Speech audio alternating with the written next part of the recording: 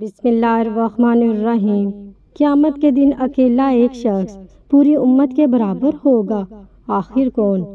حضرت انس بن مالک رضی اللہ تعالیٰ عنہ بیان کرتے ہیں، رسول اللہ صلی اللہ علیہ وآلہ وسلم نے فرمایا، کیا تم جانتے ہو سب سے بڑا سخی کون ہے؟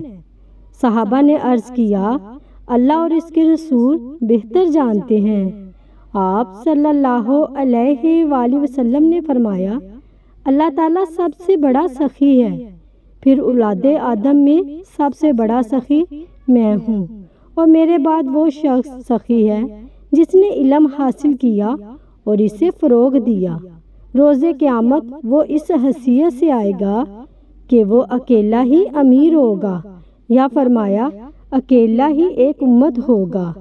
اسلام میں علم حاصل کرنا ہی کافی نہیں، اسے دوسروں تک پہنچانا بھی بڑی فضیلت ہے۔ علم انسان کی سوچ بدلتا، کردار سنوارتا اور زندگی کو صحیح سمت دکھاتا ہے۔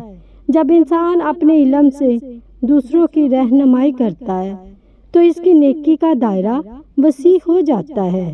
اس کا علم کسی کی اصلاح اور کسی کی زندگی بدلنے کا ذریعہ بن سکتا ہے۔ خوش نصیب ہے وہ شخص جو اپنے علم کو صرف اپنی ذات تک محدود نہیں رکھتا، بلکہ اللہ کی رضا اور مخلوق کی بھلائی کے لیے اسے آگے پہنچاتا ہے۔ علم بانٹنے والا دلوں میں روشنی چھوڑ جاتا ہے۔